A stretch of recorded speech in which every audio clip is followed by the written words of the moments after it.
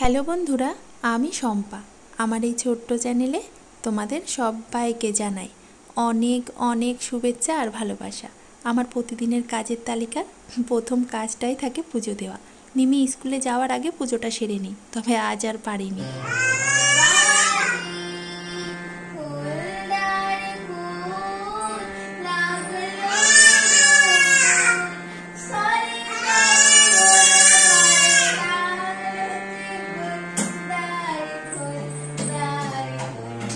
কি শুনলে তো? কোন গানটা তোমরা শুনলে? হ্যাঁ, আমি তো মিমির গানটা শুনতেই পাচ্ছিলাম না। হৃদ এত সুন্দর গান গাইছিল, এত গলায় জোর। আজ না মিমিকে স্কুলে দিয়ে আসার পর খানিকটা পুজো বাকি ছিল, সেটাই সেরে নিলাম। Good morning. ভিডিওটা অনেকটা দেরিতে শুরু করেছি। সকালবেলা রান্নাঘরের কাজ সারা হয়ে গেছে, মিমিকে স্কুলে দিয়ে এসেছি, এসে হৃদকে আবার ঘুমও পাঠিয়ে দিয়েছি। বলতে পারো খানিকটা কাজ গুছিয়ে নিয়ে তারপর তোমাদের সামনে এলাম। কি বলতো, হৃদ না ওই সময় ঘুমের জন্য খুব অস্থির হয়ে যায় প্রত্যেক দিন। তাই এসে আগে ওকে ঘুম পাড়িয়ে দিলাম, আরও যেই ঘুমিয়ে পড়লো তাড়াতাড়ি সবজিটা কেটে গুছিয়ে নিলাম। মিমি যখন চলে যাবে না, পুরোটা আমাকে একা হাতে সামলাতে হবে, তখন আরো বেশি কষ্ট হবে। চলো রান্নাঘরে ঢুকি। এই দেখো ড্রেসিং টেবিলটা প্রতিদিন পরিষ্কার করি জানো না, তারপরেও যে কোথার থেকে এত ধুলো এসে জমা হয় একদমই বুঝতে পারি না। আর হৃদ তো এখন ঘুমাচ্ছিল, রান্না করতেই যাব ভাবছিলাম, তারপরে ভাবলাম এই কাজগুলো না হৃদকে নিয়ে একদমই করা যায় না, নোংরার কাজ তো। তাই ও ঘুমাচ্ছিল, সেই সুযোগেই ড্রেসিং টেবিলটা একটু পরিষ্কার করে নিলাম। প্রতিদিনই পরিষ্কার করি, একটু কম আর বেশি। দেখো কি অবস্থা হয়ে যায়। এই দুদিন আগেই তোমাদের সাথে গল্প করছিলাম না, চারিদিকটা গুছিয়ে রাখতে আর নিজেকে সাজিয়ে গুছিয়ে রাখতে। সবাই ভালোবাসে, আমারও ভালো লাগে, তবে এখন না একদমই আর সময় পাই না ঠিকভাবে চারিদিকটা গুছিয়ে রাখতে আর নিজেকে সাজিয়ে রাখতে। ওই যখন যতটুকু সময় পাই আর কি, সেইভাবে কাজ করি। হাতে অনেকটা সময় থাকলে একটু ভালোভাবে গুছিয়ে রাখি, আর কম সময় থাকলে হয়তো কখনো গোছানোই হয় না। তারপর দেখো এই যে সেদিন যে চাদরগুলো কিনেছিলাম সেটাই একটা পেতে নিলাম। তারপর দেখো চাদরটা পাল্টাতে পাল্টাতেই হৃদ ঘুম থেকে উঠে পড়লো। খুব অল্প সময় ঘুমায়, খুব তাড়াতাড়ি ঘুমিয়ে পড়ে, তবে বেশি সময় একদম থাকে না।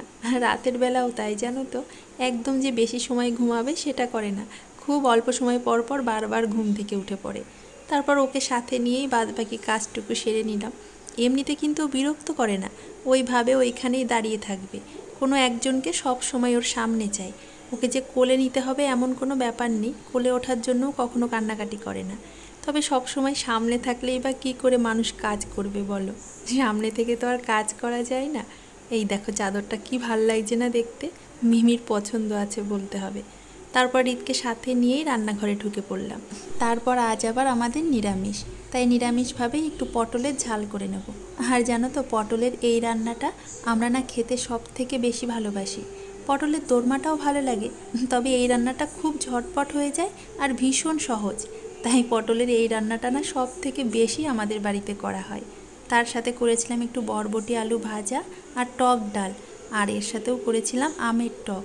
এখন তো খাবারের থালায় প্রতিদিনই না আমের টকটা থাকছেই।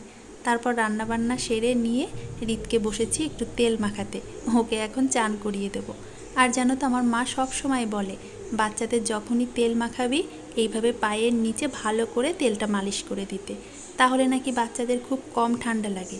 এমনিতেই তো বাচ্চাদের খুব তাড়াতাড়ি ঠান্ডা লেগেই যায় যতই তেল মালিশ করা হয়।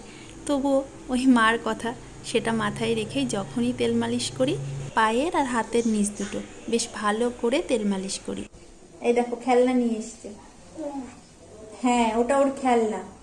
কত খেলনা, ওগুলো নিয়ে খেলবে না। কোথায় এই সব বাটি হাতা খুন্তি এইগুলো নিয়ে খেলা, প্লাস্টিক। দেখো এটা এটা এটা এটা হাতের থেকে নেওয়া যাচ্ছে না, তার এত পছন্দ এটা। চান হয়ে গেছে হৃদের, এখন ওকে ঘুম পাড়িয়ে দেবো। আর ওকে ঘুম পাড়িয়ে আমার কিছু কাজ আছে সেইগুলোকে সেরে নেব। রান্না তো করে নিয়েছি, তবে রান্নাঘরটা না এখনো গুছিয়ে পারিনি, ওইটাই একটু গুছিয়ে নেব। আজ না প্রচুর জামা কাপড় কেচেছিলাম জানো তো, তো কিছু শুকিয়ে গেছে, এই যে উঠিয়ে এনে রেখেছি, ওগুলোকে ভাঁজ করব, জায়গা মতো রাখবো। এত ঘুম পেয়ে গেল, এত কালকে যে ঘুমাওনি। হ্যাঁ, প্রচন্ড ঘুম পেয়ে গেছে, এখন ঘুম পাড়িয়ে দিতে হবে। ভিডিওটা আজ এখানেই শেষ করলাম, কাল আবারও ফিরে আসবো আরো একটা নতুন ভিডিও নিয়ে। সবাই ভালো থেকো আর অবশ্যই অনেক অনেক আনন্দে থেকো। টাটা। টাটা তো বলে দাও। টাটা। টাটা বলবে না বাবা? হ্যাঁ, সব বলবে পচা ছেলে, একটু টাটাও বলে না, সবাই পচা বলবে। পচা বলবে তো বাবা? হ্যাঁ, সবাই পচা বলবে, জানো। চলো টাটা।